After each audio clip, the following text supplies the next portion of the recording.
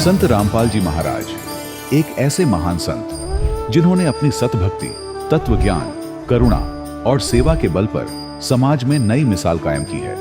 संत रामपाल जी महाराज की अगुवाई में उनके सभी सतलोक आश्रमों से समाज कल्याण के अद्भुत कार्यों ने समाज को सुनहरे भविष्य की एक नई उम्मीद दिखाई है।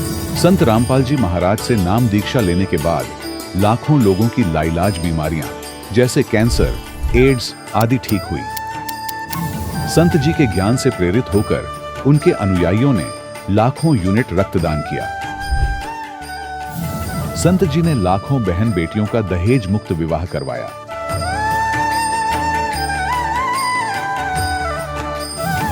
संत जी ने लाखों लोगों का नशा छुड़वाया, करोड़ों उजड़े परिवार बसे।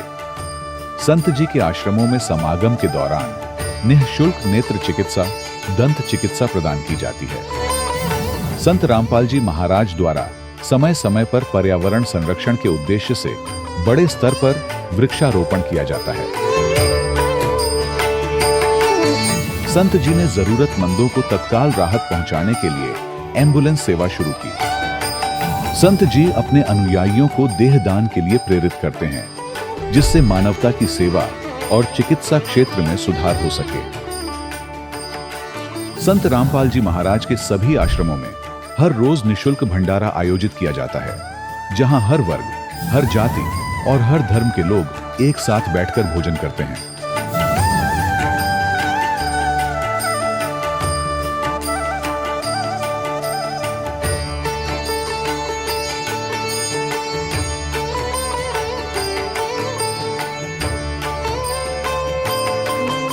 संत रामपाल जी महाराज की अन्नपूर्णा मुहिम ने गरीब और बेसहारा लोगों के जीवन में एक नई ऊर्जा और उम्मीद को जन्म दिया है।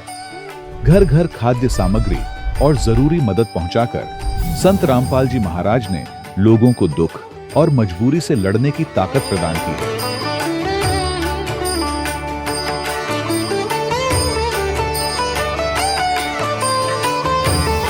संत रामपाल जी महाराज द्वारा गरीब लोगों के लिए घर बनवाने का अद्भुत कार्य एक ऐसी मिसाल कायम कर रहा है जो सदियों सदियों संत जी की उदारता और दया भावना के तौर पर जाना जाएगा।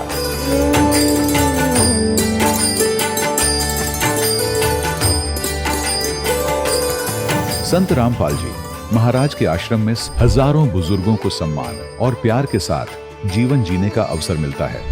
उनके खाने, रहने और स्वास्थ्य की पूरी जिम्मेदारी संत रामपाल जी महाराज उठाते हैं। अनाथ बच्चों के लिए संत रामपाल जी महाराज के सभी आश्रम किसी वरदान से कम नहीं। यहाँ उन्हें शिक्षा, संस्कार और भविष्य के लिए बेहतर अवसर प्रदान किए जाते हैं। चाहे बाढ़ हो, भूकंप या महामारी, संत रामपाल जी महाराज और उनके अनुयायी हमेशा ही जरूरतमंदों के लिए सबसे आगे खड़े रहते हैं।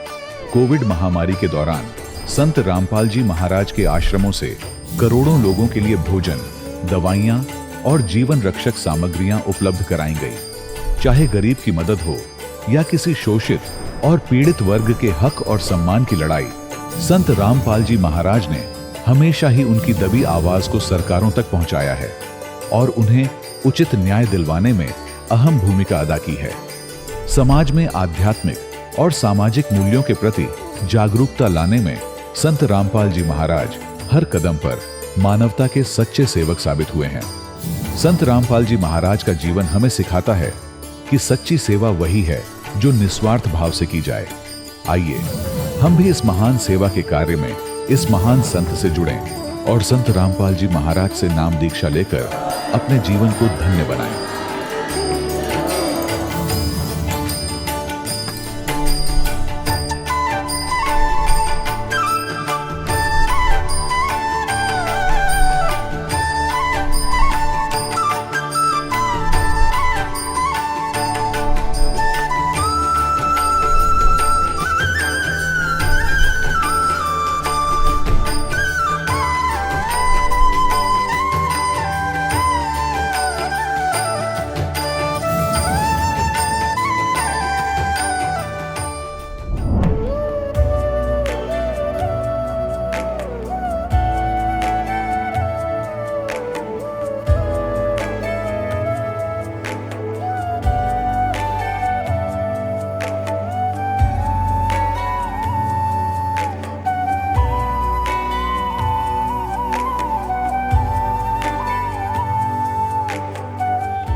पवित्र श्रीमद् भागवत गीता, पवित्र चारों वेद, पवित्र कुरान शरीफ, पवित्र बाइबल, पवित्र गुरु ग्रंथ साहिब, पवित्र कबीर साहिब की वाणी में छुपे हुए गूढ़ रहस्य अर्थात तत्व को जानने के लिए कृपया अवश्य सुनिए जगत गुरु तत्वदर्शी संत रामपाल जी महाराज के मंगल प्रवचन। सत साहिब दर्शकों, मनुष्य अपने जीवन में शारीरिक सुख और मानसिक शांति की तलाश में अपने धर्म में प्रचलित सभी प्रकार की भक्ति साधनाएं करता है, लेकिन फिर भी उसके जीवन में न तो उसे वास्तविक सुख प्राप्त होता है और न ही मानसिक शांति, तो वह निराश हो जाता है और उसका विश्वास डगमगाने लगता है। दर्शकों, कुछ ऐसी ही कहानी थी महाराष्ट्र के रहने वाले जगदीश सुतार जी की। जगदीश सुतार जी ने अपने जीवन में अनेक प्रकार की भक्ति साधनाएं अपनाई, लेकिन फिर भी इन्हें दुख और प्रेत बाधा जैसी परेशानियों से किसी भी प्रकार की राहत नहीं मिली। लेकिन दर्शकों, आज जगदीश सुतार जी का कहना है कि जब से मुझे संत रामपाल जी महाराज की शरण मिली है, तब से मेरे जीवन के सारे दुख और परेशानियां समाप्त हो गई हैं। दर्शकों, आखिर संत रामपाल जी महाराज ने इन्हें ऐसी कौन सी दिव्य औषधि दे दी जिससे इनके जीवन के सारे दुख और प्रेत बाधा जैसी परेशानियां छूमंतर हो गईं? दर्शकों, आखिर ऐसा क्या कारण है कि आज जगदीश सुतार जी जैसे लाखों श्रद्धालु संत रामपाल जी महाराज को भगवान मान रहे हैं? दर्शकों, आखिर इसके पीछे की सच्चाई क्या है? आइए सुनते हैं जगदीश सुतार जी की कहानी, इन्हीं की जुबानी। सर नमस्कार। नमस्कार। सर क्या नाम है आपका? जगदीश सुतार। जगदीश जी, कहाँ से आए हैं आप? मुंबई से। मुंबई महाराष्ट्र से आप आए हैं। आपसे जानना चाहेंगे कि आप संत रामपाल जी महाराज से कैसे जुड़े? सर ऐसा है, मैं 2004 में मेरा एक दोस्त था, तो उन्होंने बताया कि संत रामपाल जी महाराज पूना में आए हुए हैं, तो बहुत अच्छे महापुरुष है। तो मैं बोला आप आ जाओ, एक बार सत्संग सुनो उनका, आपको अगर अच्छा लगे तो फिर आप नाम दीक्षा लेना। तो मेरा क्या हुआ कि बहुत लेट पहुंचा, सत्संग पूरा हो चुका था, तो मैं थोड़ा लेट पहुंचा। तो जब सत्संग पूरा हो गया, मेरे नाम लेने की इच्छा हो गई, क्योंकि गुरुजी से मिलने को गया रामपाल जी महाराज से, तो नाम दीक्षा लेने की इच्छा हो गई। तो मैंने बोल दिया मेरे को नाम तो दे दो। तो बोला पहले किससे जुड़े थे? तो मैं पहले जुड़ा था मैं आसाराम जी बापू से। तो सतगुरु रामपाल जी महाराज ने बताया कि भाई आपको ये नियम फॉलो करना पड़ेगा। तो बोला जी करेंगे। तो मैंने 2004 में सतगुरु रामपाल जी महाराज से नाम तो ले लिया। फिर उसके बाद में सत्संग नहीं सुना था, किसी के कहने से मैंने तो नाम तो ले लिया। फिर नाम लेने के बाद में मैं घर गया, 7-8 दिन सतगुरु रामपाल जी महाराज की जो बताई हुई भक्ति विधि थी उनके अनुसार मैंने भक्ति की। धीरे धीरे जैसे सतगुरु रामपाल जी महाराज ने मेरे को जो भक्ति बताई थी वो भक्ति मैं करता रहा, 7-8 दिन किया और फिर मैंने वो नाम छोड़ दिया। तो भक्ति छोड़ दी, तो छोड़ देने के बाद में फिर से वापस वही जो पहले करता था आसाराम जी बापू वाली भक्ति करना चालू हो गया। तो आसाराम जी बापू वाली भक्ति करते करते मेरे कष्ट वापस जैसे के तैसे चालू हो गए। तो मैं बहुत दुखी होना चालू हो गया। क्या क्या कष्ट आए आपको? मेरे अंदर प्रेत बाधा आ गई, मेरे में प्रेत आ गए, मेरे वाइफ में भी भूत सताने चालू हो गए, मेरे बच्चे में भी प्रेत सताने चालू हो गए, बहुत कष्टों के ऊपर कष्ट आने चालू हो गए। उसके बाद आपके साथ क्या हुआ? आपने संत रामपाल जी महाराज से नाम दीक्षा ली और कुछ दिन करने के बाद आपने वो साधना छोड़ दी और फिर आपने आसाराम बापू जी से नाम दीक्षा ली। उसके बाद आपको फिर से वो प्रॉब्लम आनी शुरू हो गई। जिन भूत प्रेत की बाधाओं से आप पहले ही पीड़ित थे, उसके बाद आप संत रामपाल जी महाराज के शरण में कैसे आए?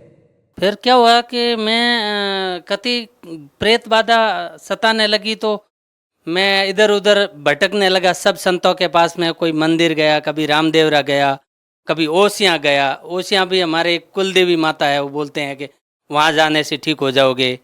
तो कभी किसी ने बताया कि रामदेवरा की जाके उधर अगर प्रसाद चढ़ा के आ जाओगे तो ठीक हो जाओगे, उधर भी गया।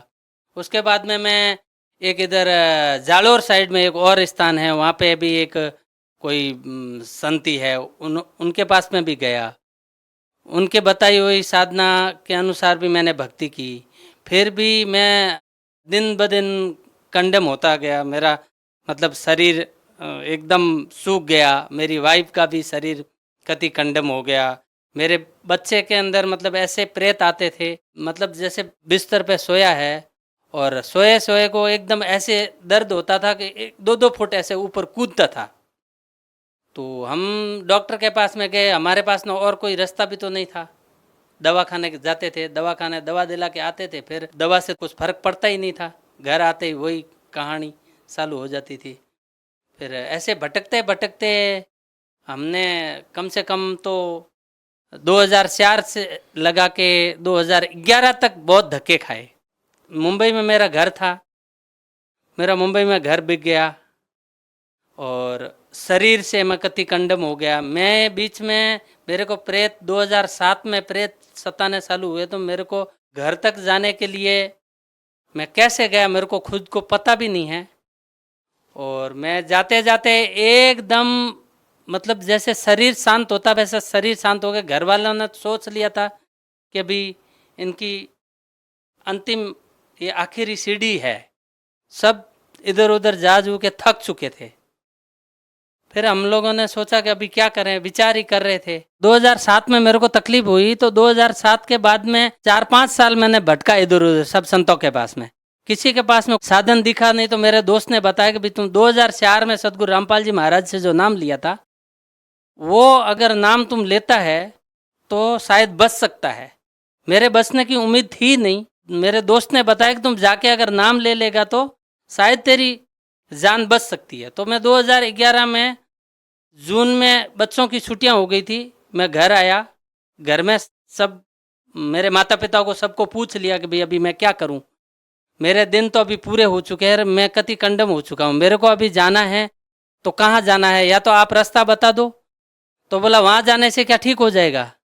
तो बोला ठीक नहीं हो जाएगा तो और कोई जगह है तो आप बता दो, मैं वहाँ जाके आ जाता हूँ। तो 3-4 जगह और कहीं बताया तो मैं वहाँ भी जाके आ गया। तो वहाँ जाके आया तो उधर से भी कोई आराम आया नहीं। तो आराम आया नहीं तो मैं बोला मैं तो अभी सदगुरु रामपाल जी महाराज जी के ही शरण में जाऊँगा, वही अभी जो करेंगे मेरा वही करेंगे। तो 13 जून 2011 में मैं सदगुरु रामपाल जी महाराज जी के आश्रम में पहुँचा। वहाँ पहुँचने के बाद में मेरे को अंदर आश्रम के अंदर जाते ही मेरे को राहत महसूस हो गई कि मेरे को अभी ये यहाँ कुछ मेरा अपना भगवान है, ऐसा महसूस होना चालू हो गया। तो मैं 13 जून 2011 में मैंने सदगुरु रामपाल जी महाराज से नाम लिया। नाम दीक्षा लेते ही मेरे शरीर के अंदर एकदम मतलब प्रेत जितने भी कष्ट थे एकदम शांत हो गए। सर, हमने हजारों लोगों के इंटरव्यू लिए हैं। आप पहले ऐसे शख्स हैं जिन्होंने संत रामपाल जी महाराज से नाम दीक्षा ली और नाम दीक्षा लेने के बाद छोड़ भी दी। उसके बाद आप हिंदुस्तान के सभी धर्मगुरुओं के पास गए। 7 साल के बाद आप दोबारा से फिर संत रामपाल जी महाराज की शरण में आए अपने सभी कष्टों का निवारण करवाने के लिए। क्या आपको अभी भी लगता है कि किसी और संत के पास जाना पड़ेगा या जा सकते हैं आप? मेरे को आज तो क्या, मेरे जब तक ये शरीर में सांस रहेगा तब तक भी मेरे को और कहीं अदर जाने की इच्छा भी नहीं होती है। सर, क्या कारण रहा कि आप पहले वो शख्स हैं जिन्होंने संत रामपाल जी महाराज से नाम दीक्षा ली और छोड़ दी, और जिस दूसरे संत की शरण में आप गए, अक्सर हम देखते हैं कि जो दूसरे संतों से नाम दीक्षा लिए हुए होते हैं वो संत रामपाल जी महाराज की शरण में आते हैं, लेकिन आपने संत रामपाल जी महाराज से नाम दीक्षा लेकर के किसी दूसरे संत से नाम दीक्षा ली। लेकिन आप पहले ऐसे शख्स हैं जो संत रामपाल जी महाराज से नाम दीक्षा लेने के बाद दूसरे संतों के पास गए और फिर दोबारा से संत रामपाल जी महाराज की शरण में आकर के नाम दीक्षा ले लेते हैं। आखिर आपको नाम दीक्षा क्यों छोड़नी पड़ी? जी ऐसा है, मैंने जो सदगुरु रामपाल जी महाराज जी का सत्संग नहीं सुना था, मेरे दोस्त ने बताया था कि तुम आ जा और नाम ले ले। सदगुरु रामपाल जी महाराज जी का ये सत्संग और ये गुरु जी का ज्ञान ऐसा है कि जिसको अगर ज्ञान के जरिए अगर कोई परमात्मा सदगुरु रामपाल जी महाराज जी के शरण में अगर पहुंचता है तो वो शख्स जिंदगी में कभी ये सोच नहीं सकता कि मैं सदगुरु रामपाल जी महाराज को छोड़ के अदर कोई संत के पास में जाऊं। ऐसा कभी लाइफ में वो सोच नहीं सकता। देखिए, आपने बताया कि आपके पूरे परिवार को भूत प्रेत की बाधा थी, आपको बहुत सारी परेशानियां थी। संत रामपाल जी महाराज के अनुयायी कहते हैं कि जब भी संत रामपाल जी महाराज की शरण में वो गए हैं तो उनका नशा भी छूटा है और बहुत सारी समस्याएं, बीमारियां थी वो भी छूटी हैं, वो भी दूर हुई हैं। हम आपसे जानना चाह रहे हैं कि क्या आप पहले कोई नशा करते थे? ऐसे तो सदगुरु रामपाल जी महाराज जी की पहले से ही दया ही रही है। मैंने नशा कोई जीवन में किया नहीं था, फिर भी ये मन रुक नहीं रहा था कहीं न कहीं कभी न कभार वो कुछ न कुछ गलती कर बैठता था। कभी दारू पी लेता था, तो कभी बियर पी लेता था, कभी किसी के साथ में गलत कर्म भी कर देता था।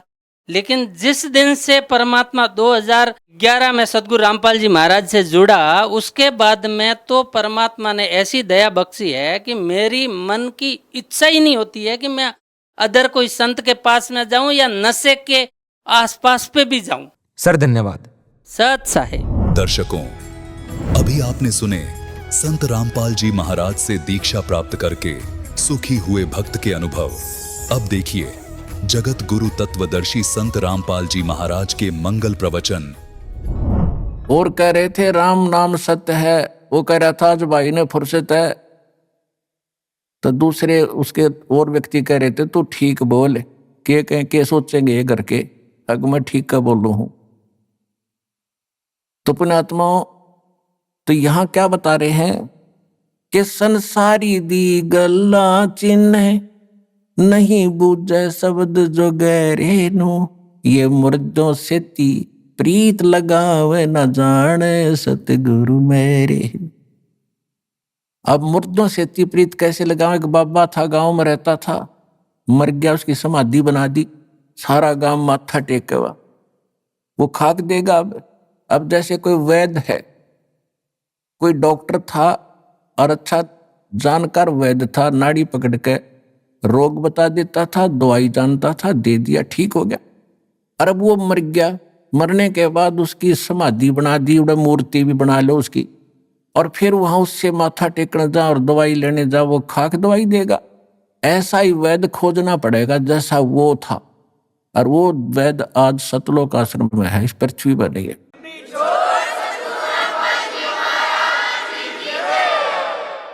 अब क्या बताते हैं? श्वेत छतर सिर मुकुट विराज, देखत ना उस चेहरे नु। श्वेत छतर सिर मुकुट विराज, देखत ना उस चेहरे नु। ये ऊंची थड़ियां खेती बोवे, भूल गए नज डेरे। पहले वर्षा के ऊपर निर्भर होता था सारा खेती किसानी। जब ये बाणी बोली थी परमात्मा के बच्चे गरीबदास जी ने, अब उस समय कह रहे थे कि जिसके पास डहर खेत हो, डहर होता है नीचे का झील का खेत, ऊंचे स्थानों पर वर्षा हुआ जल भी वहां आ जाता है उस नीचे के स्थानों में। और डहर एक उपजाऊ जमीन होता है। थलियों पर तो मनमाने किले में ओवें 5 मन गेहूं बाजरा मुश्किल से जब वर्षा हो जाता है वो भी, और नीचे हो जा 50 मन किले में 60 मन। तो परमात्मा कह रहे हैं कि जिन साधनाओं को आप कर रहे हो और जिन देवताओं को, जिन भगवानों को आप इष्ट मान के पूज रहे हो, ऐसा कर रहे हो जैसे ऊंची थलियों पर खेती बो के तुम धनी बनने की इंतजार कर रहे हो, कोशिश कर रहे हो। और ये जो हम साधना बताते हैं, हम जो कबीर भगवान बताते हैं, ये समझ लो डहर है आपका, डहर वो उपजाऊ जमीन है। 1 मन गेहूं डालोगे तो 70 मन देगा आपने।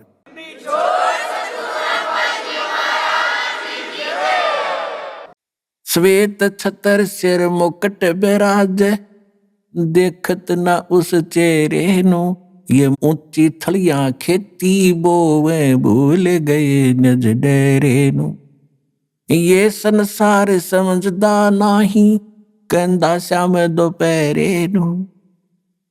अपना आत्माओं देखो कैसा हमारे साथ बना हुआ है। अब जैसे कोई रिलेटिव है, रिश्तेदार, और कोर्ट में चला गया, कचहरियों में आगे रिश्तेदार मिल गया, तो हम क्या करते हैं? हेलो, और ठीक हो? हाथ मिलाओगे? हाँ जी ठीक ठाक, सब ठीक है। कचहरियों में ठीक ठाक का कोई से का काम नहीं, दोनों दुखी। कचहरियों में गया आदमी ठीक हो सकता है? क्या सताया हुआ या किसी ने सता रहा होगा। 100 चिंताएं होती हैं, आज पता नहीं गवाही की तारीख है, आज फलानी तारीख है, पता नहीं क्या होगा। परमात्मा कहते हैं आपने तो काल की भांग पी रखी है। जैसे कोई रिश्तेदार मेडिकल में कोई बच्चा बालक बीमार है, मिलने जाते हैं रिश्तेदार, हाथ मिलाओगे और ठीक ठाक, कहाँ पर ठीक है सब, बाकी हो बालक का तकलीफ गड़ी है, फिर खाक ठीक है, लड़का मरण हो रहा, बोला वो और तो ठीक ठाक है। तो यहाँ परमात्मा कहते हैं तुम इस ठीक ठाक को समझ नहीं सके, ये ठीक क्या है यहाँ पर। अब क्या बताते हैं, जैसे एक शराब पिए पड़ा था दोपहरी में, गर्मियों का मौसम, और पसीना पसीना रेत में पड़ा, और उसको कोई कह रहा है कि उठ भाई तुझे वहां वृक्ष के नीचे बैठा देता हूं, वो कहता है छोड़ दे मौज हो रही है। तो ये हालत हमारी इस काल के लोक में, 36 समस्या हमारे सामने, रात में लाओ दिन ठीक ठाक है, खाक ठीक ठाक है यहाँ पर। तो कहते हैं ये संसार समझदा नाही, कहंदा शाम दोपहर नू, जलती धूप ने मौज हो रही है, कति ठंडी हवा चल है। ये संसार समझदा नाही, कहंदा शाम दोपहर, दोपहर की आग में नौकर सीलक सी है। गरीब दास ये वक्त जात है, रोगे इस पैरे, कि याद कर रोया करोगे इस मनुष्य जीवन जो हाथ तो चलाएगा गलत साधना करके या बगैर साधना के, जैसे कुत्ता रोया कर रात में, उसका एहसास होता है कि मेरे से गलती बन गई। मैं तो दे दी है बालम याणे नू, मैं तो दे दी है बालम याणे नू, मैं तो दे दी याणे नू, मैं तो दे दी है बालम याणे नू। गीता और भागवत पढ़े, नहीं बूझे शब्द ठिकाने नू। गीता और भागवत पढ़े, नहीं बूझे शब्द ठिकाने नू। मन मथुरा दिल द्वारका नगरी, क्या फिर बरसाने नू। मैं तो दे दी है बालम याणे नू, मैं तो। जब फुरमान धनी का आवे, को राखे घर जाने नू। जब फुरमान धनी का आवे, कौन राखे घर जाने नू। जा सतगुरु का शरणा लीजे, मेटे जम तल बाणे नू। मैं तो दे दी है बालम याणे नू, मैं तो दे दी है बालम याणे नू। उत्तर दक्षिण पूरब पश्चिम, फिरदा दाणे दाणे नू। उत्तर दक्षिण पूरब पश्चिम, फिरदा दाणे दाणे नू।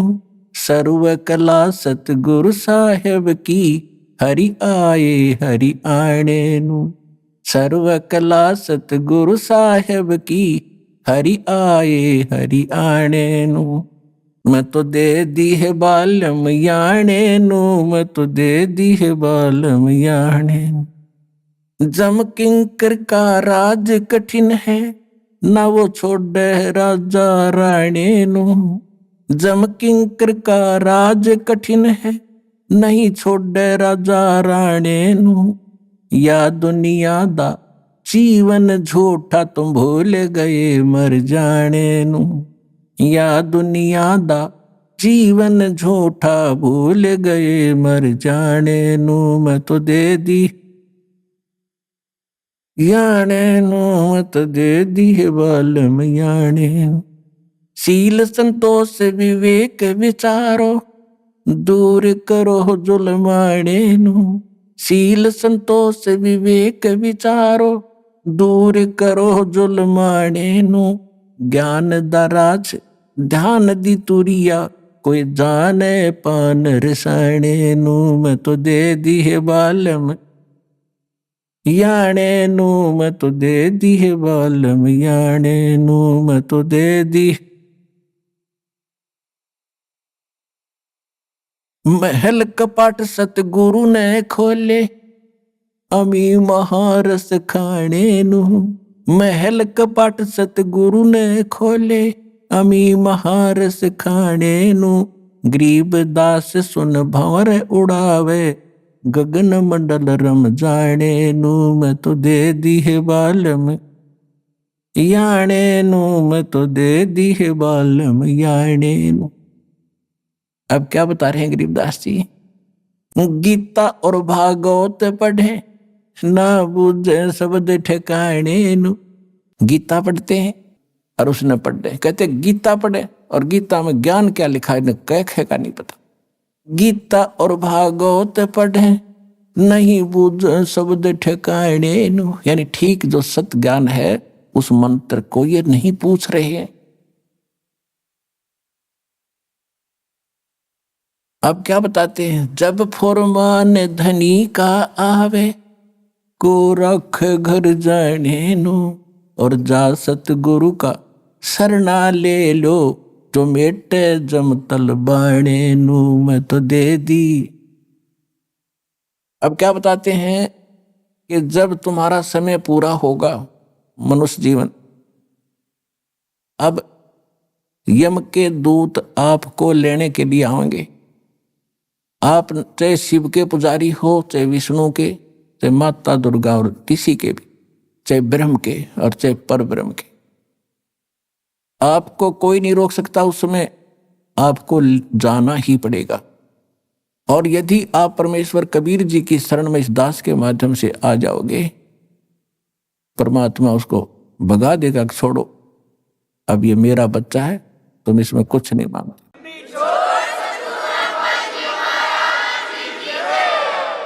आपने बहुत से भक्तों के अनुभव सुने हैं। जब यम के दूत आते हैं, एक भक्त कह रहा था जी मैं सौपन सोच रहा था, रात में मेरी मृत्यु होगी।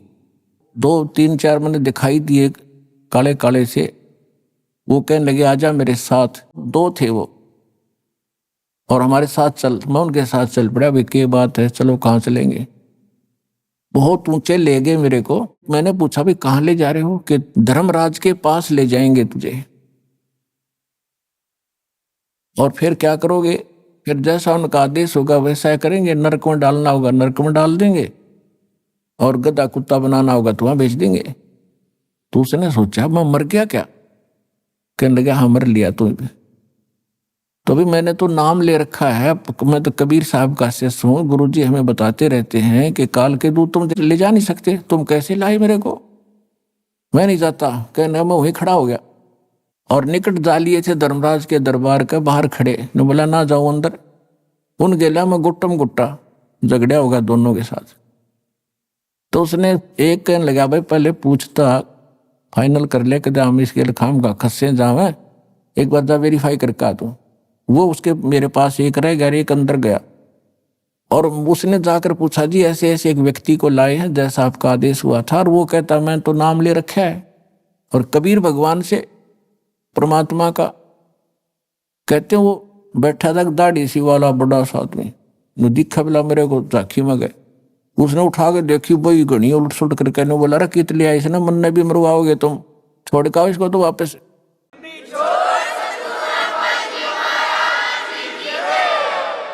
तो वहीं से पटक दिया वापस, इतना उच्चत पटक दिया बेरहम होने जैसे।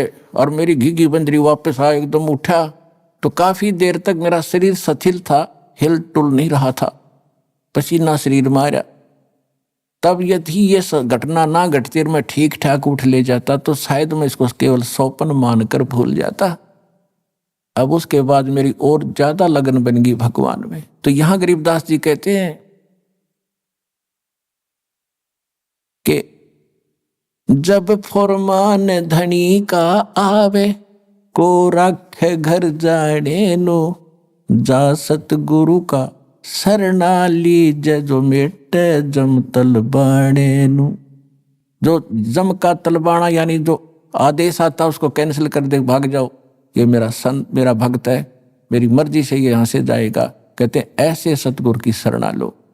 और वो सतगुरु, वो संत, उस परमात्मा की कृपा से दास रामपाल दास के पास वो मंत्र, वो शक्ति है भगवान की दी।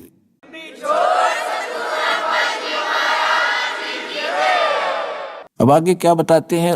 उत्तर दक्षिण पूर्व पश्चिम, फिर दाने दाने नु, और सर्व कला सतगुरु साहेब की, हरि आए हरि आने नु। एक भक्त कह रहा था जी अभी मुझे अब दास तो पता नहीं कितने भक्तों से मिलता है, उनकी प्रार्थना होती है। दास तो एक नौकर है, पीएन है उस परम पिता का, कबीर भगवान का। आपकी अर्जी आती है, दास का काम उसकी मेज पर रख देना है। किसकी सुनाई होती है किसकी ना होती है वो जाने। एक भक्त ने कहा जी मैं विदेश जाना चाहता हूँ, अमेरिका का वीजा चाहता हूँ, और बन नहीं रहा, मैंने सारे प्रयत्न कर लिए। मैंने कहा बेटा विश्वास करेगा तो यहीं तेरा अमेरिका बना देंगे। तो उसका वो काम बनया नहीं, इसलिए या जैसा भी वो रह गया, नहीं गया। अब 2 महीने पहले वो कह रहा था जी जो आपने वचन बोले थे आज मेरा यही अमेरिका बन गया, सारे सुख हो गए। और जो प्लाट था एक वो किसी ने दबा रखा था वो भी मिल गया, काफी कीमती था। तो यहाँ परमात्मा गरीबदास जी कह रहे हैं पूर्व पश्चिम उत्तर दक्षिण फिरदा दाने दाने नु, और सर्व कला सतगुरु साहिब की हरियाए हरियाणे नु। सारे सुख देगा तुम्हें, मोक्ष देगा।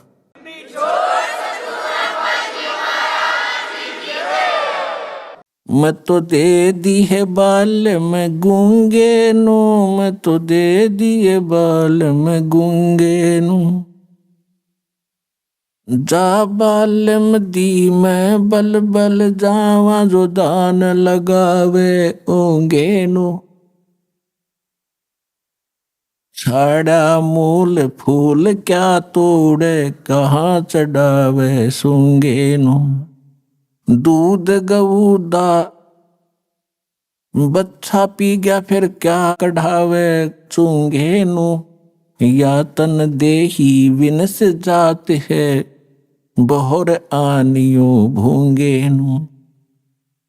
या तन देही हाथ न आवे, कहा करेगा रूंगे नु। नग नारायण भूल रहा है, कहा परखे मोती मूंगे नु। गरीब दास यो साखा सुख है, बीज न बोया ढूंगे नु। अब ये बिल्कुल हरियाणवी लैंग्वेज में ये शब्द है गरीबदास जी का कि मैं तो दे दी बालम गूंगे नु। यानी इसको जब सही मतलब की बात होती है तो ये साथ नहीं देता, वो बकवास करें जाएगा, बटपट बोलें जा, और मंत्र करें तो पता नहीं कहाँ कहाँ घूमने लग जाएगा। इस मन के बारे में कहा है। फिर क्या बताते हैं कि जा बालम दी बलबल जावा, जो ध्यान लगावे ऊंगे नु। यानी जब आपका मन इतना सद जाएगा, सीधा हो जाएगा कि संसारिक झंझटों को और अनुपासना को छोड़कर और परमात्मा की तरफ, यानी ऊंगे को, इंगे और ऊंगे, इधर उधर, इधर यहाँ काल के लोक में, अरूंगे ने उधर को सतलोक में। कहते उस मन की मैं बलिहारी जाऊं जो उस परमात्मा की तरफ ऊंगे को ध्यान लगाता है। और गरीब दास यो साखा सुख है, बीज न बोया ढूंगे नु। ढूंगे माने गहरा बीज ना बोने वाला, यानी ऊपरले मनते जो भक्ति करता है वह कामयाब नहीं होगी जब तक हृदय में कसक बना और सच्चे दिल से भक्ति नहीं करोगे। तो वो जो गहरा बीज बो रहे हैं उनका बीज अच्छा उगता है, और जो ऊपरे डाला वो बीज सूख जाता है, वो नष्ट हो जाता है। तो यहां कहते हैं गरीब दासियों साखा सुख है, बीज ना बोया ढूंगे नु। पुणात्माओं सौभाग्य आपका कि आपको ये अनमोल वचन सुनने को मिल रहे हैं। कहते हैं समझा है तो सिर धर पाओ, और बहुर नहीं रे ऐसा दाव। सुखदेव ने 84 भुक्ति बना पजावे खरवो, और तेरी क्या बुनियाद प्राणी तो पेंडा पंथ पकड़वो। कहते हैं सुखदेव जैसे ऋषि ने साधनाएं भी की फिर भी यहीं भटकते रहे, और तेरी क्या बुनियाद प्राणी, छोटी मोटी साधना अनुपासना करके आप मोक्ष चाहते हो तो पेंडा पंथ पकड़वो। कौन सा पंथ, कौन सा मार्ग? जो सतगुरु ज्ञान देता है उसको ग्रहण करो। अपने आत्माओं एक परमात्मा की महिमा को समझने के लिए आपको थोड़ा सा समय की आवश्यकता पड़ेगी, क्योंकि जब तक हम समय नहीं निकालेंगे तो कुछ भी काम नहीं कर सकते। आप बच्चों को शिक्षा के लिए भेजते हो, 15, 20, 22 वर्ष तक बच्चे को फ्री छोड़ देते हो, बेटा या बेटी, और पैसा भी लगाते हो। किस लिए? क्योंकि आप परिचित हो इस बात से कि लड़का लड़की शिक्षित हो गया तो इसका रोजी रोटी ठीक मिल जाएगी, अच्छी बात है। और इसी प्रकार जब आपको इस बात का ज्ञान होगा कि मनुष्य जीवन किस लिए प्राप्त हुआ है, इसका मूल उद्देश्य क्या है, तो आप फिर इतना ही जोर, इतना ही समय और समर्पण इस साइड में होगे। और उधर जैसे लड़के पढ़ गए, खूब MA BA PhD CA कर लिया, और नौकरी कौन सी सबको मिलेगी, और फिर भी हम पढ़ा के छोटे बच्चों को, तो कहने का भाव यह कि उसमें हानि भी हो सकती है। और फिर भी इतना हम प्रयत्न कर रहे हैं तो इसमें हानि हो ही नहीं सकती। लड़का लगो चाहे लड़की भक्ति मार्ग पर, सारे ठाठ भगवान करेगा, या जो रोटी भी देगा और उसकी रक्षा भी करेगा, और मोक्ष भी मिलेगा, सदा के लिए सुख भी होगा।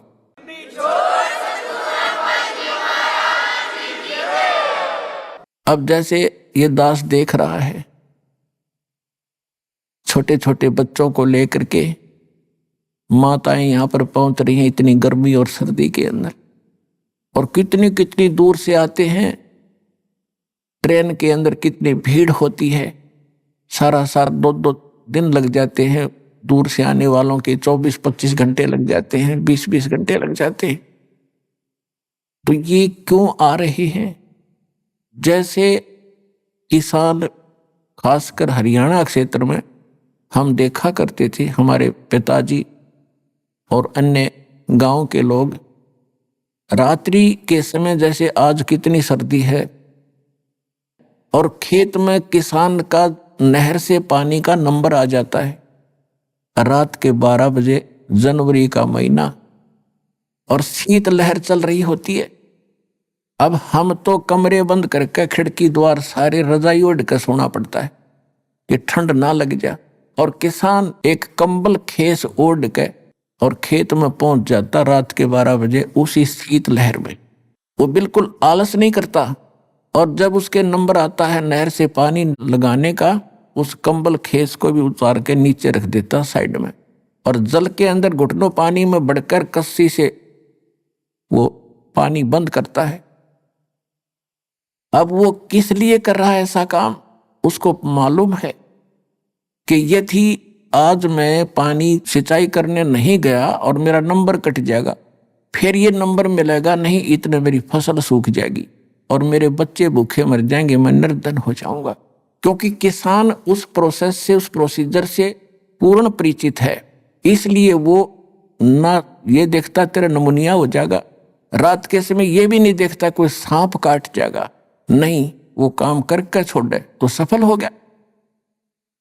इसी प्रकार यहां वही आ सकते हैं जो उस किसान की तरह इतने प्रभावित हो चुके हैं और संतोष हो चुका है और उनको पूरा ज्ञान हो चुका है कि ये काम तब करना ही पड़ेगा, चाहे मरे चाहे जीवे। पर भगवान के भगत मरा नहीं करते, जिया करते हैं और सदा सुख मिला करते।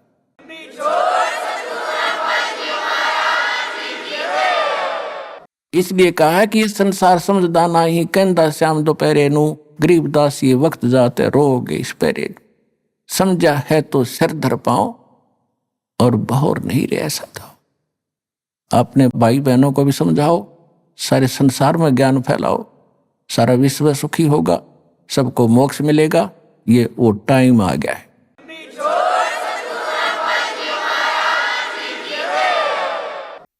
परम पिता परमात्मा पूर्ण ब्रह्म सारी सृष्टि के रचनहार कबीर देव जी, कबीर साहिब जी की असीम कृपा से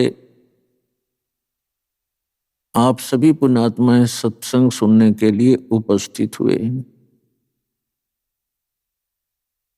सत्संग में आने से प्राणी को ज्ञान होता है कि मानव शरीर परमात्मा ने इस प्राणी को किस लिए प्रदान किया है। जब तक हम सत्संग में नहीं आते तो हम जो कर्म, जो क्रियाएं हम कर रहे होते हैं, उनको अंतिम मानकर ही हम करते रहते हैं। जब हम सत्संग सुनते हैं तो उस समय हमें अपने अस्तित्व का ज्ञान होता है, मनुष्य जीवन के उद्देश्य का ज्ञान होता है। उससे पहले जो क्रियाएं हम कर रहे होते हैं वो ऐसी ही क्रियाएं होती हैं जो अन्य प्राणी भी करते हैं। जो पशु पक्षी अन्य जलचर वो भी यही क्रियाएं करते हैं। संतानों उत्पत्ति, उनकी परवरिश, उनके अंदर मोह ममता और सारा जीवन उसी क्रिया में अपना वो व्यतीत कर जाते हैं। मानव भी यही क्रियाओं को करके अपना जीवन व्यतीत कर जाता है।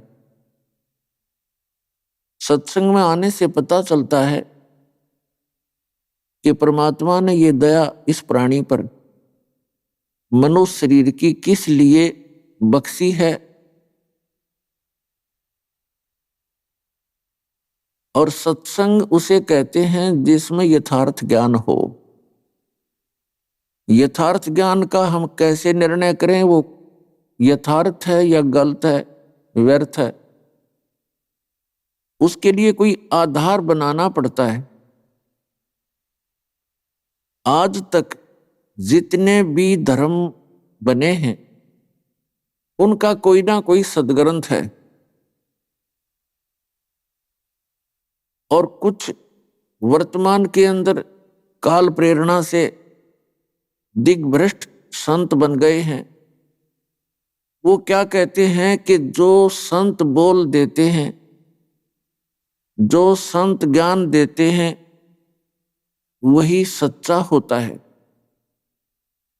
वो साथ में ये भी कहते हैं कि जैसे वेद भी, गीता भी, पुराण भी, कुरान और बाइबल भी, ये भी किसी ने बोले हैं। और इसी प्रकार हमारे गुरुजी ने जो ज्ञान दिया है तो वो भी तो संत हैं। तो पुण्यात्माओं, ये भूल सत्संग से मिटती है कि जो सद्ग्रंथ हम मानते हैं वो किसी व्यक्ति विशेष के बोले हुए नहीं है। जैसे वेदों और गीता और पुराणों को हम अज्ञानतावश ये मानते हैं कि वेद व्यास जी ने बोले और लिखे हैं। लिखे तो वेद व्यास जी ने हैं, लेकिन उनके बोलने वाली अन्य शक्ति है। जैसे पवित्र चारों वेद और पवित्र श्रीमद् भगवत गीता, ये परमात्मा का दिया हुआ ज्ञान है, किसी व्यक्ति विशेष का बोला हुआ नहीं है। अभी आपने सुने संत रामपाल जी महाराज के मंगल प्रवचन। आइए अब सुनते हैं संत रामपाल जी महाराज से नाम दीक्षा लेकर सतभक्ति करके अद्भुत लाभ प्राप्त करने वाले अनुयायी के विचार। दर्शकों, जीवन में सच्ची आत्मिक शांति और आध्यात्मिक लाभ की प्राप्ति केवल एक पूर्ण गुरु के मार्गदर्शन से ही संभव है। परंतु बहुत सारे साधक इस खोज में शास्त्र विरुद्ध साधनाओं और नकली धर्म गुरुओं के जाल में फंस जाते हैं, जिससे उनका कीमती जीवन व्यर्थ चला जाता है। ऐसी ही एक सच्ची कहानी है खंडवा मध्य प्रदेश के सुनील कुमार जी की, जिन्होंने पहले देवी देवताओं की पूजा की और फिर राधा स्वामी पंथ में 7 वर्षों तक भक्ति की, लेकिन फिर भी मन को सच्ची शांति नहीं मिली। एक दिन उनके जीवन का सबसे महत्वपूर्ण क्षण आया जब उन्हें संत रामपाल जी महाराज के रूप में पूर्ण गुरु की प्राप्ति हुई। नाम दीक्षा लेने के बाद उनका जीवन कैसे बदल गया, कैसे संत रामपाल जी महाराज के आशीर्वाद से उनके जीवन की कई समस्याएं समाप्त हुईं। आइए सुनते हैं सुनील कुमार जी के इस अद्भुत आध्यात्मिक सफर की कहानी, उनकी अपनी जुबानी। नमस्कार सर। नमस्ते सर। सर क्या नाम है आपका? सुनील दास है दास का नाम। सुनील दास जी आप कहाँ के रहने वाले हैं? हम मध्य प्रदेश के खंडवा जिले से रहने वाले हैं सर। सर संत रामपाल जी महाराज से नाम दीक्षा आपने कब ली? सर 6/7/2013 में संत रामपाल जी महाराज की शरण में गए हैं सर। सर संत रामपाल जी महाराज से नाम दीक्षा लेने से पहले क्या आप कोई भक्ति साधना भी करते थे? जी सर, भक्ति साधना तो वही करते थे जो परंपराएं के परिवार में चला करती, लेकिन उनसे हमें कोई लाभ नहीं मिला सर। उसके बाद सर हमारे गांव में एक सत्संगी राधा स्वामी जी के भगत जी थे, तो उनके यहाँ सत्संग चल रहा था, तो हम अपने खेती के कार्य से उनके घर पर चले गए। तो वहाँ पर एक भजन उन्होंने गाया कि चेतो मेरे प्यारे तेरे भले की कहूँ, और गुरु तो पूरा ढूंढ तेरे भले की कहूँ। तो हमने सोचा सर हमारे बारे में कोई कह रहा है कि भाई चेत, जब भाई तुम्हारे मैं भले की बोल रहा हूँ, तो हमें वो ज्ञान बहुत अच्छा लगा सर। तो धीरे धीरे फिर हम वो राधा स्वामी बाग आगरा से नाम दीक्षा ले ली सर हमने। उन्होंने धुन्यात्मक नाम दिया कि धुन्यात्मक नाम जो कान बंद करके और उसकी धुन सुनो, सतलोक में परमात्मा की अखंड धुन चल रही है, घंटे शंख की धुन बज रही है, तो हम उसी में लग गए सर। तो वो भक्ति हमने थोड़े दिन की, तो हम थोड़े दिन तक हमें अच्छा लगा, लेकिन धीरे धीरे जैसे हम भक्ति करने लगे ज़्यादा, तो हमें कुछ मतलब उसमें आनंद नहीं आ रहा है, मतलब साधना करते करते हम थोड़े डिस्टर्ब होने लग गए। राधा स्वामी में ज्ञान ये भी हमने सुना है कि वक्त के गुरु से ही हमारा मोक्ष होगा, क्योंकि वक्त गुरु की बड़ी महिमा गाई गई है कि वक्त के गुरु से ही हमें मोक्ष मिलेगा। तो वक्त के गुरु की खोज फिर हम अब कहाँ करें, क्योंकि विश्व में सबसे बड़ा पंथ राधा स्वामी पंथ है, जो पूरे विश्व में फैला हुआ है और लाखों करोड़ों अनुयायी हैं। तो कुछ राधा स्वामी पंथ के जो हमारे पुराने साथी थे, उनसे हमने पूछा कि भाई हमें तो बहुत तकलीफ होती है यार, हम भक्ति भी करते हैं फिर भी मन नहीं लगता। तो बोले भाई गुरु जी से ऐसे ही परमात्मा से बर्दाश्त की ताकत मांगो तो कर्म कटेंगे। फिर थोड़े दिन बाद ऐसे लगा कि यार ये क्या है भाई, धीरे धीरे मतलब हम नास्तिकता की तरफ चले गए। सर आपने बताया कि पहले आप देवी देवताओं की पूजा करते थे, उनसे आपको कोई लाभ नहीं मिला। फिर आप राधा स्वामी पंथ में गए, वहाँ आपने 7 साल तक भक्ति की, लेकिन वहाँ पर भी आपको कोई लाभ नहीं मिला। तो फिर आप नास्तिकता की ओर चले गए। आपने वहाँ पर सुना था कि भक्त गुरु से मोक्ष होगा, भक्त गुरु से पाप कटेंगे, तो क्या आपको भक्त गुरु मिला? संत रामपाल जी महाराज के रूप में पूर्ण परमेश्वर कबीर साहब के अवतार संत रामपाल जी महाराज वक्त के संत सदगुरु और पूर्ण गुरु हैं, कि उनके सारे प्रमाण हैं। सब राधा स्वामी पंथ का तो कोई इतिहास में नाम ही नहीं इनका। जो शिव दयाल जी महाराज है, इनके तो कोई गुरु नहीं है, और ये खुद हुक्का पीते हैं। तो कहीं से भी देखो, जैसे हमारे श्रीमद् भगवत गीता है, वेद है, जो भी महापुरुषों की जिन्होंने सतलोक पहुँचे हैं, जिनका मोक्ष है, उनके इतिहास में कई राधा स्वामी का वर्णन नहीं है। अब राधा स्वामी पंथ में तो सब जगह से वाणियाँ ले रखी उन्होंने, दादू साहब की ले ली, मलुकदास जी की ले ली, कबीर साहब जी की ले ली, नानक जी की वाणी ले ली। तो ये तो राधा स्वामी पंथ सर ये कोई मतलब ये मोक्ष का मार्ग वाला पंथ नहीं है, और ना ही ये जो नाम जाप करते हैं, इस नाम से कोई मोक्ष नहीं होगा। राधा स्वामी पंथ में एक भगत जी थे, मतलब उनके शिष्य थे, वो बहुत भक्ति करते थे, 2-2, 3-3 घंटे भक्ति करते थे। उनका नाम लक्ष्मी नारायण दास है। उनके कोई रिश्तेदार थे, तो उन्होंने बताया यार भैया वो राधा स्वामी पंथ में वो अपने जो लक्ष्मी नारायण जी हैं, उन्होंने और गुरु बदल लिए। तो हमने सोचा यार विश्व में सबसे बड़ा पंथ तो राधा स्वामी पंथ है, और वो भी स्वामी बाग आगरा से, क्योंकि सारे जितने पंथ निकले वो स्वामी बाग आगरा से ही निकले हैं। तो इन्होंने और ऐसा कौन सा गुरु बदल लिया कि ऐसे व्यक्ति के पास मैं जरूर जाऊंगा। तो सर हम वो हमारे जो भगत जी उनके पास गए, उनसे पूछा, तो परमात्मा की सिद्ध दया हुई संत रामपाल जी महाराज जी की कि वो भक्ति बोध और देखी। तो हमने हमारे जो कंसेप्ट थे वो क्लियर हो गए। हमने उनको बोला कि भाई हमको भी नाम दीक्षा लेना है। बोले आप ये पुस्तक पढ़ो और चैनल पे सत्संग सुनो।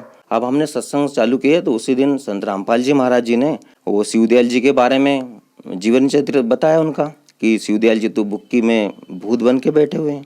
तो हमारा तो दिमाग खराब हो गया कि यार ये संत डायरेक्ट ऐसे बोल रहे हैं, तो इनके पास बहुत बड़ा ज्ञान है, नहीं तो ऐसा कोई नहीं बोल सकता है, क्योंकि इतनी बड़ी बात बोलना कोई आम व्यक्ति नहीं बोल सकता, ये बहुत बड़े महापुरुष है।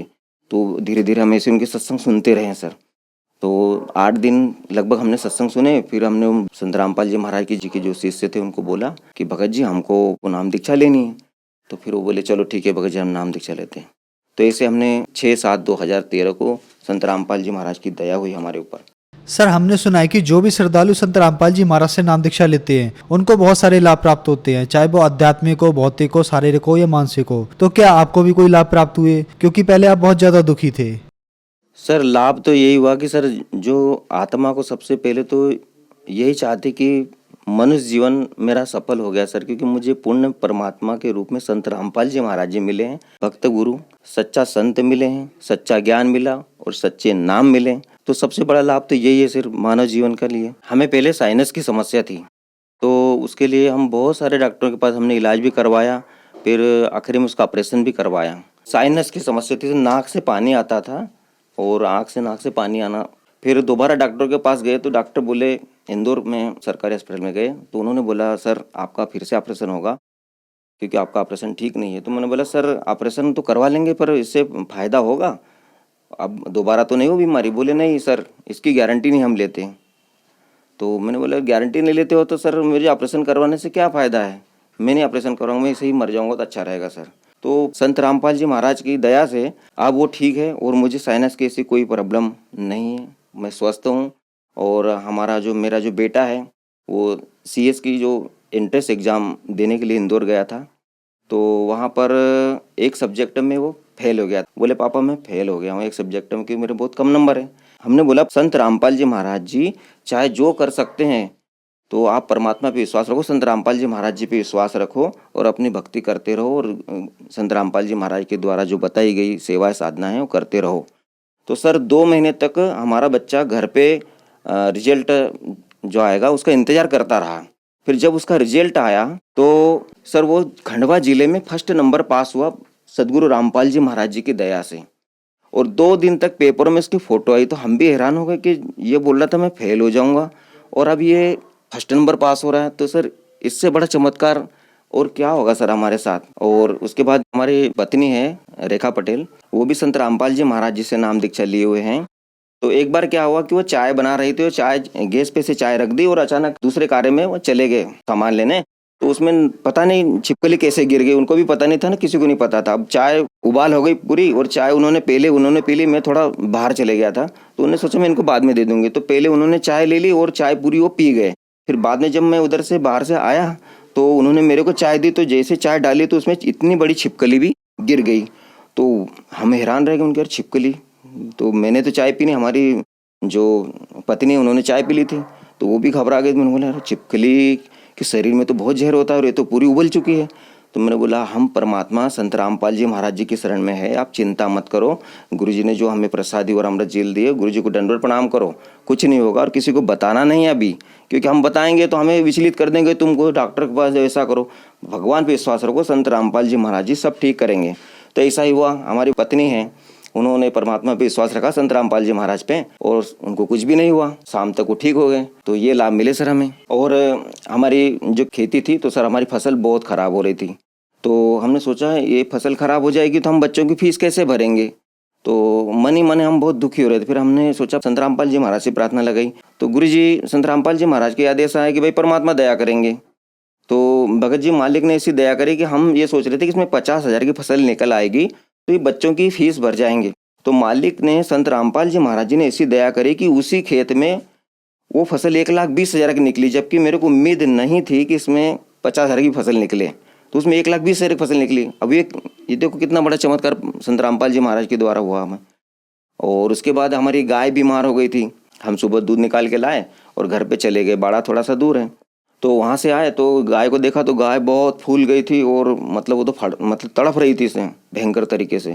तो हमारी पत्नी आई और वो रोने लग गई कि देखो गाय तो तड़प रही है, तो मर जाएगी ऐसा लग रहा है। फिर हम आए तो हमने सोचा यार ये तो गाय बहुत बीमार हो गई, क्या करें अब। तो वैसे हमने आश्रम प्रार्थना लगाई संत रामपाल जी महाराज से, तो गुरु जी के आदेश हुए हैं संत रामपाल जी महाराज के, भाई परमात्मा दया करेंगे। फिर हम 2 घंटे बाद गाय को देखने के लिए गए तो भगत जी वो स्वस्थ ऑटोमेटिक खड़ी हो गई और आराम से बैठ के चारा खा रही थी। संत रामपाल जी महाराज ने बहुत सारे लाभ दिए और छोटे मोटे लाभ तो संत रामपाल जी महाराज जी में देते रहते हैं भगत जी। सर संत रामपाल जी महाराज से नाम दीक्षा लेने के बाद आपको बहुत सारे लाभ प्राप्त हुए, तो जो श्रद्धालु आज आपको देख रहे हैं, खास करके राधा स्वामी वाले श्रद्धालुओं के लिए, उनके लिए आप क्या कहना चाहेंगे?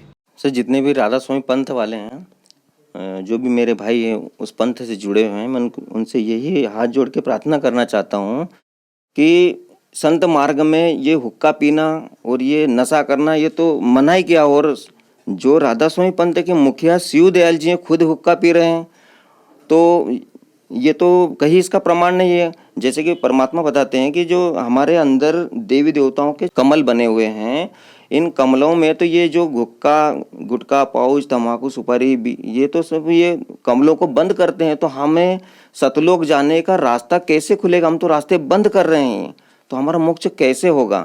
तो ये ज्ञान, राधा स्वामी वाला ज्ञान और ये मंत्र मोक्ष मार्ग के नहीं है। आपसे एक ही निवेदन है कि कृपया एक बार शांति पूर्वक संत रामपाल जी महाराज जी द्वारा सृष्टि की रचना अवश्य सुने और अपने सदग्रंथों से मिलाए, क्योंकि हमारे सदग्रंथ बहुत पुराने हैं। श्रीमद् भगवत गीता 5,500 साल पुरानी है, हमारे सदग्रंथ बहुत पुराने हैं। उसमें राधा स्वामी का वर्णन कहीं नहीं है। कहाँ से पूर्ण गुरु और पूर्ण संत हो गए? पूर्ण परमात्मा तो कबीर साहब जी हैं, जिनका सारे वेद गीता सब में प्रमाण है। तो मैं हाथ जोड़कर यही निवेदन आपसे करना चाहूँगा कि इस ज्ञान को धैर्य से पूर्वक एक बार जरूर सुने। किसी प्रकार का अहंकार अभिमान ना करे, क्योंकि मनुष्य जन्म दुर्लभ है, मिले ना बारंबार। तरवर से पत्ता टूट गिरे फिर बहुत न लगता डार। ये मनुष्य जन्म हाथ से छूट जाएगा, उसके बाद हम बहुत बैठ के रोया करेंगे, पछताया करेंगे आप। तो आप सभी से यही निवेदन है कि एक बार संत रामपाल जी महाराज के द्वारा बताई गई सृष्टि रचना जरूर सुने, क्योंकि संत रामपाल जी महाराज ही इस विश्व में पूर्ण संत हैं। क्योंकि पूर्ण संत का ही नारा है कि जीव हमारी जाति है, मानव धर्म हमारा, हिंदू मुस्लिम सिख ईसाई धर्म नहीं कोई न्यारा। ये पूर्ण संत का उद्देश्य है। आज तक कोई पूर्ण संत नहीं है, सब अपने अपने अलग अलग धर्म मजहब की बात करते। पूर्ण संत तो संत रामपाल जी महाराज जी हैं। तभी तो वो बोल रहे हैं कि जीव हमारी जाति है, हमारी जात बता दी, हम जीव जाति है और मानव धर्म हमारा है। हिंदू मुस्लिम सिख ईसाई धर्म नहीं कोई नहीं आ रहा है, हम सब एक धर्म के बच्चे हैं परमात्मा के। लेकिन हमें अभी तक ये ज्ञान बताने वाले कोई थे ही नहीं। तो सच्चे संत हुए कहाँ से? वो जो ये ज्ञान नहीं बता सके कि हम एक पिता की संतान हैं, हमारे सबके मालिक एक हैं, तो कहाँ से सच्चे संत हो गए? सच्चे संत तो संत रामपाल जी महाराज है। उनका एक बार ज्ञान सुनो और उनसे नाम दीक्षा लेकर अपना मोक्ष करवाओ। सर, संत रामपाल जी महाराज के अनुयायियों की संख्या तेजी से बढ़ रही है, इसके पीछे क्या कारण है? सर, आज देखो पढ़ा लिखा समाज है और कोई अंधविश्वास वाला काम नहीं है। सर, हम आज शिक्षित हैं तो हम अपने सदग्रंथों को देख सकते हैं। संत रामपाल जी महाराज प्रतिदिन बहुत सारे चैनलों पे दिखा रहे हैं कि भाई गीता में ये लिखा है, वेदों में ये लिखा है, इसमें ये लिखा है, ये महापुरुषों ने ये मंत्र जाप किए हैं, इनसे इनका मोक्ष हुआ है। तो ये सच्चाई जनता तक पहुंच रही है और जनता जाग रही है, समझ रही है, क्योंकि आज सब एजुकेटेड हैं। हम किसी के बहकाव में नहीं आएंगे आज कि हम ऐसा कर लो ऐसा कर लो, नहीं। हम अपने सदग्रंथों को देख रहे हैं। कोई पढ़ाई का उद्देश्य तो हमारा यही है ना, हम पढ़े लिखे हैं तो हम कम से कम इतना तो समझ सकते हैं कि हमारी जो गीता जी, पहले हम क्या करते थे, हमने जैसे किसी ने बताया भाई गीता जी का एक पाठ कर लो, एक पन्ना पढ़ लो, तुम्हारा उद्धार हो जाएगा। बोले ये क्या बात? अरे परमात्मा बताते हैं गीता जी जो बता रही वैसी साधना हम करेंगे तो हमारा मोक्ष होगा। और गीता जी में बताया है कि अर्जुन तो सर्वभाव से परमेश्वर की शरण में जा, जिसकी कृपा से तो परम शांति और परम धाम को प्राप्त होगा। और जहाँ जाने के बाद साधक कभी जन्म मृत्यु में नहीं आते। तो वो परमात्मा कौन है? आप खोजो ना, वो परमात्मा कौन है जिसकी शरण में जाने के बाद हम कभी जन्म मृत्यु में नहीं आते। उस परमात्मा की जानकारी संत रामपाल जी महाराज जी बता रहे हैं कि वो पूर्ण परमात्मा है जो तीनों लोकों में प्रवेश करके सबका धारण पोषण करता है। वो परमात्मा अविनाशी है।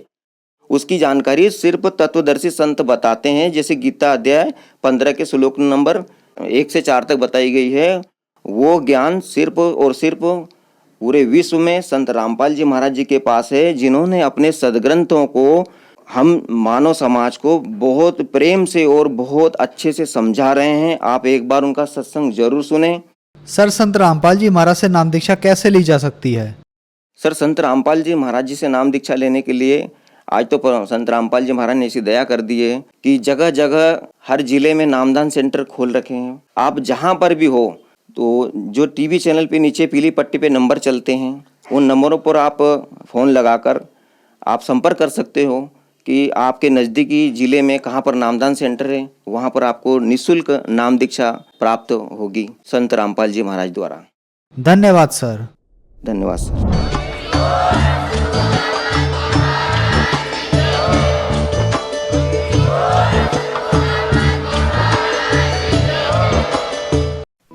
आप सुन रहे थे जगत गुरु तत्वदर्शी संत रामपाल जी महाराज के मंगल प्रवचन। अधिक जानकारी के लिए संपर्क करें।